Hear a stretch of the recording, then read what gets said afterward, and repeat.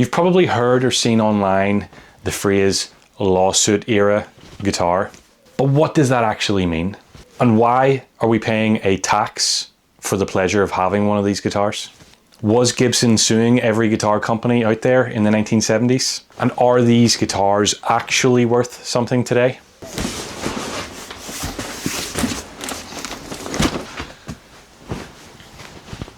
In 1977, Norlin, the company that owned Gibson at the time, filed a lawsuit against a company called Elgar, who were the American distributor for Ibanez. The lawsuit wasn't about body shape, it wasn't about tone, it wasn't about the overall design, it was about headstocks, specifically that Gibson open book headstock. Now the lawsuit didn't go to trial, ultimately it was settled outside of court in 1978. But the shockwave of this had already hit most guitar manufacturers in Japan, and by that stage they were already revising their designs of the headstocks to avoid any potential lawsuits in the future.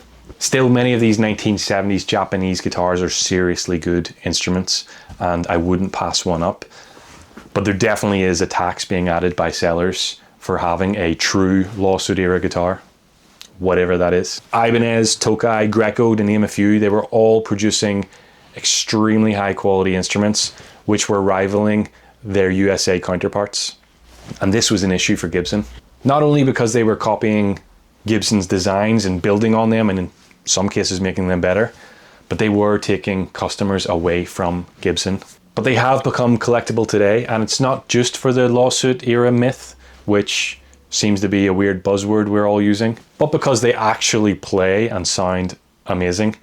And you'll get them today for the fraction of a price of a true 1970s Gibson.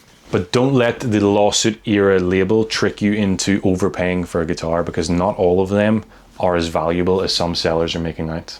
So should you buy a lawsuit era guitar? Well, I'm a big fan of Japanese guitars. I think even to today, they are some of the best made anywhere in the world. I think if you can find an Ibanez, Greco, Bernie, Tokai, something like that in good condition, and you play it and you gel with it, or you really like the look of it if it's online, it's worth a punt. But be careful, don't overpay just because of the title lawsuit era. That is a silly tax that they add to guitars which are quite clearly pre-lawsuit era or well past the lawsuit era. Do your research on each individual guitar and see what it was like. There's so many fan pages out there. I'll leave some links below to some of the ones that I use, and find out which ones have a reputation for being good and which ones don't. Well, this guitar just arrived, and you can probably guess from the mini history lesson intro to this video what might be inside here. Now, if you hadn't guessed already, or it wasn't obvious, I actually think the whole lawsuit era tagline is a little bit silly these days. But I suppose I don't really have an answer for you as to what exactly lawsuit era guitars are. If I had to try, I would say this counts as one of them. And let me explain why. This is a 1977 Ibanez Concord 684 BK for black. This Ibanez rolled out as the Hoshino Gaki factory in Japan in 1977. Now, 1977 is an important year for our story. If you remember, it's the year that Gibson, or Norlin, filed their lawsuit against Ibanez in the USA. And what you'll notice straight away about this instrument, it doesn't have the open book Gibson headstock. So by the time this guitar was being made, almost 50 years ago, Ibanez had already revised its design. It's a classic Ibanez Concord spec. Underneath this black paint will be a tight grained spruce top, laminated mahogany back and sides.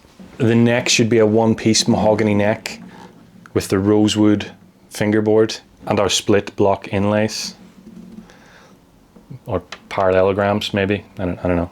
Obviously that absolutely beautiful Hummingbird copied pickguard. Got it on my t-shirt. The nut was made of plastic, as was the saddle, which is adjustable by these two little screws.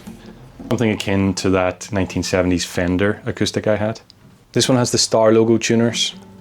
It's super neck heavy, really neck heavy. I haven't played it yet. This is it straight out of the box. I'm seeing it for the first time as you are. So it'll be interesting to see how comfortable that is.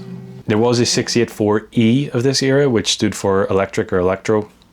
It came with a pickup and built-in volume tone control as well. Now, if you were to find one of these and it's pre-1977 or early 1977, because if my research is right, 77 was the first year of the black, and I have seen black ones online with the open book headstock. But if you were to go on the internet and find a pre-77 Concord in whatever finish, you will likely find that it has the Gibson open book headstock instead of this new revised one as of 77. I would personally count this as a lawsuit era guitar. Not that that really matters. And if I was selling it, I wouldn't put that in the description because it annoys me. So it's a full-size dreadnought body. It is a 25.5 inch scale, or it should be. It should have a 43 millimeter nut. The rosette is a black, white, black layered rosette, as is the binding, top and bottom. This particular model is well worn. It was described in the listing as player's grade, which is another phrase that annoys me, but that's for another video. If you want to give it a player's grade description, that's probably pretty accurate. That's enough talking. Let's tune this up and see how it sounds.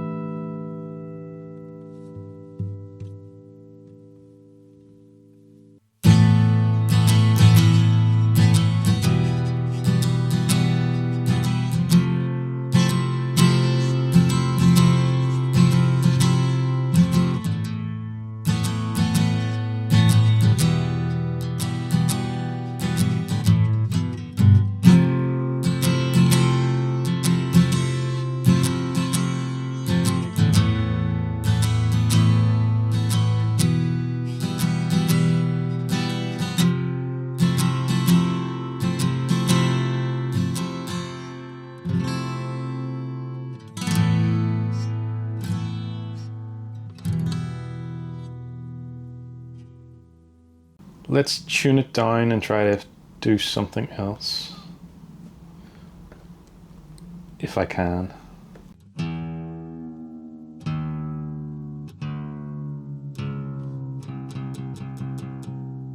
Alright, it's been a while since I've done this. I don't even know if I play it right, but hopefully this stays in tune.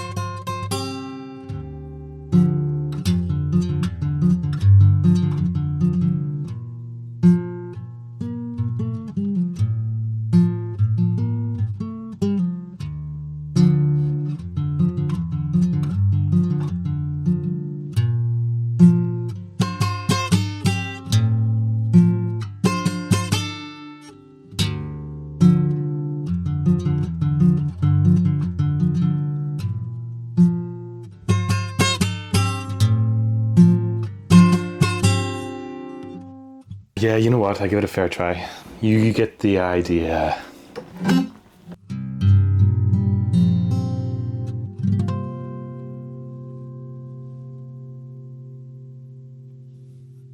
Let's put it back to standard tuning and I'll do a very quick comparison with the little cheap Westfield and you can get an idea. Judge for yourself what you think.